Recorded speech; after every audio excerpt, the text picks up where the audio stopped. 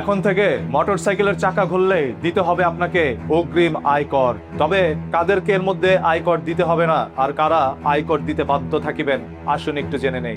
110 সিসির বাইক যারা চালাচ্ছেন তাদেরকে কোনো আয়কর দিতে হবে না। তবে 111 থেকে 125 সিসির বাইক যারা চালাচ্ছেন তাদেরকে দিতে হবে 2000 করে টাকা। 126 থেকে 165 সিসি পর্যন্ত বাইক যারা চালাচ্ছেন তাদেরকে দিতে হবে 5000 টাকা, এবং 165 সিসির উপরে যদি কেউ বাইক চালান তাহলে তাদেরকে দিতে হবে 10,000 টাকা। তবে এই বিষয়টি মানতে নারাজ প্রত্যেকটি বাইক চালক। তারা বলছে আমরা কেউ আয়কর দিব না। সরকার এই দেশে আসার পর প্রত্যেকটি মানুষ নতুন করে এক স্বপ্ন দেখছিল, তবে তাদের স্বপ্নগুলো ধূলিসাৎ হয়ে যাচ্ছে বলেই দাবি করছে অনেক মোটরসাইকেল চালক। কারণ এই মোটরসাইকেল দিয়েই অনেকের পরিবার চলছে।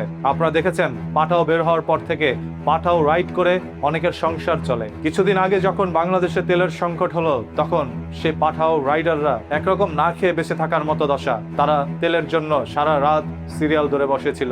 আজ যখন সে পাঠাও রাইডারকে দিতে হবে 5000 টাকা বা 2000 টাকা করে, তখন তারা কি করবে? আপনারা এর আগেও দেখেছেন গুলিস্তানের পাশে থাকা একটি রাস্তার মধ্যে সুন্দর করে দাগ দিয়ে মার্জিন টেনে ওইখানে বসানো হচ্ছিল হকারদেরকে এবং দেওয়া হচ্ছিল হকার কার্ড। এর পরবর্তীতে সাধারণ মানুষ থেকে শুরু করে সোশ্যাল মিডিয়া পুরোপুরি গরম হয়ে যায় এবং সেটার বিপরীতে সবাই পোস্ট করতে থাকে বাংলাদেশ সরকার নাকি চাঁদাবাজি করার জন্য হকার কার্ড বানিয়েছে। এই ধরনের পোস্টের সম্মুখীন হওয়ার পর এখন পর্যন্ত সেখানে কোনো হকার বসেনি। অন্যদিকে মোটরসাইকেলের আয়কর দেওয়ার পর থেকে মানুষ এখন এইটা নিয়েও ছড়াচ্ছে বিভ্রান্তিকর পোস্ট।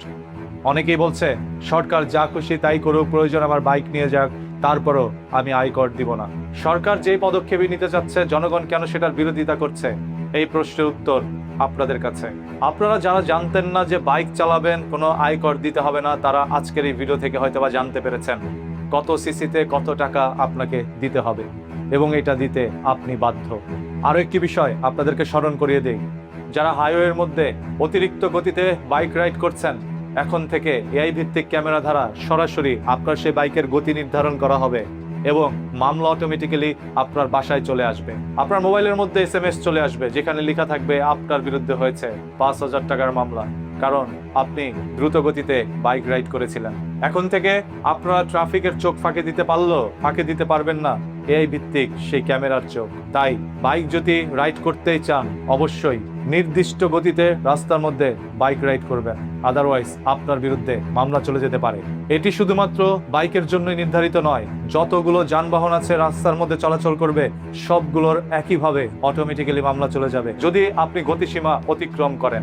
এখন অনেক মানুষের মনে আরো একটি প্রশ্ন, আমরা ট্যাক্স দিয়ে রাস্তার মধ্যে গাড়ি নিয়ে বের হই, আমাদের বিরুদ্ধে কোথাও দাঁড়িয়ে থাকলে দেওয়া হয় মামলা, তাহলে কেন হকার কার্ড দিয়ে তাদেরকে রাস্তা অবরোধ করে রাস্তার মাঝখানে বসানো হবে? তাদেরকে কোনো মামলা দেওয়া হচ্ছে না, তাদের জন্য রাস্তা দেওয়া হচ্ছে বৈধ করে। আর যারা গাড়ির রাস্তার মধ্যে একটু পার্কিং করে দাঁড়াচ্ছে তাদের জন্য সেটা হচ্ছে অবৈধ। আসলে সরকারের এই প্রত্যেকটি উদ্যোগ আপনার কাছে কেমন লেগেছে আপনি একটু কমেন্ট করে জানান। দেখতে চাই আপনাদের সবার মূল্যবান মতামত। আপনি কি বাইকে আয়কর দিতে রাজি নাকি দিতে চান না সেই মতামতটি জানতে চাই কমেন্ট বক্সে। তবে হ্যাঁ, সরকার যদি কোনো একটি উদ্যোগ নেয়, জনগণ হিসাবে আমাদের প্রয়োজন সরকারকে সাহায্য করা, তাহলেই দেশ হয়তোবা এগিয়ে যাবে। বিরোধিতা করতে করতে কেটে গিয়েছে প্রায় 2.5 বছর, তবে এখন পর্যন্ত ভোগান্তির হাত থেকে রেহাই পায়নি বাংলাদেশের জনগণ। তাহলে অভ্যুত্থান করে লাভ কি যদি ভোগান্তি থেকেই যায়?